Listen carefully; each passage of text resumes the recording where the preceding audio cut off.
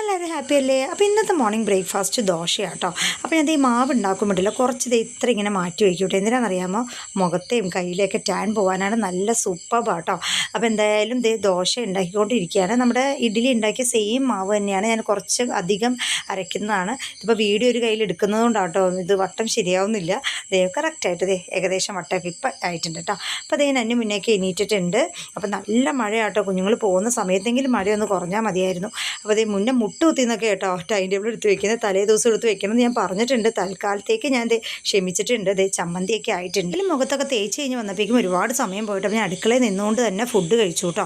അതിന് ശേഷം ഞാൻ വേഗം പോയി കുളിച്ച് വന്നു കേട്ടോ. അപ്പോൾ ഞാൻ എൻ്റെ ഹെയർ ബാങ്ക്സ് ഒക്കെ ഫ്രണ്ടിലേക്ക് ഇടുന്നതാട്ടോ. മുടി വെറുതെ വാരി എല്ലാം കൂടി ബാക്കിൽ വെറുതെ കെട്ടിയിട്ടുള്ളൂ. അപ്പോൾ ഇതന്നെ എൻ്റെ ഔട്ട്ഫിറ്റ് ജീൻസിൻ്റെ കൂടെയായിട്ട് പെയർ ചെയ്തിരിക്കുന്നത്. അപ്പോൾ ഈ ഒരു സ്ലോ മോഷൻ പിന്നെ എൻ്റെ ഈ സ്ക്രഞ്ചസ് ഇഷ്ടമായ എല്ലാവരും ഒന്ന് കമൻറ്റ് ചെയ്തേക്കണേ. അത്രയേ ഉള്ളൂ. വീണ്ടും വരാം. അതുവരേക്കും ബൈ.